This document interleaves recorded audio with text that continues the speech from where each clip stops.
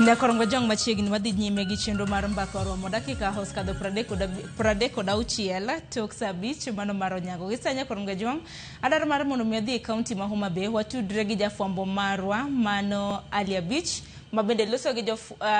jopiny kotenre kod ber mano mar kaombulo. Kevin Odhiambo Dede ajako dera sani adak Sofia ka to nang'ado kura tuo fo asabedo kako kura ndalogo duto te nawilo kucha sani agora bur masawa ka to gi kawuono ni pod ajago kura mar bur masawa ke na resident ma Sofia kura bire media kamera kon jowa uwugo kawo kura to kaka ginyalo kawo kura to nyaka jotelo bende pusgi nikech kawuono ok dang dwar mijumbe to ok imanyo kura maisi ne wajumbe duto madwaro kura Homa Bay constituency ka wuoguru oko mondo kon jopiny odhi ogo kura okaw kura wuoguru oko mondo kon jopiny odhi okaw kura nikech kok iko jopiny odhi okaw kura to ibiro dwaro kura no maisi ne gimidhi goni onge ijo gimachalo kamane maisi ne koro wajumbe duto madwaro nyaka gimatiyo wuoguru mobilize ji mondo odhi okaw kura pek ma samoro ng'ato nyalo bedo go mar dhi kawo kura en ni samoro kura ni kata Homa Bay primary kacha to ng'ato ni e piny kucho chonde kawuono ng'e kaka piny ngima tek mang'endo kodwa kawo 50 dhi 50 duogo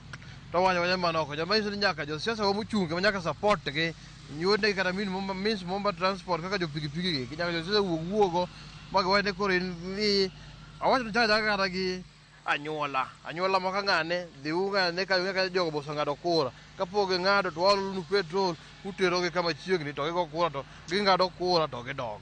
apane mano nyalo konyo ji nikech piny tek. Nyinga Odhiambo Mbos an jakom man Shika Homa Bay ka gima adwaro wache ni kura nakawo asego kura koro didek kuom adek masagogi pok waneno bergi ahinya but koro mbulu mane go mugik sani chalo ka gima waneno change moko matin.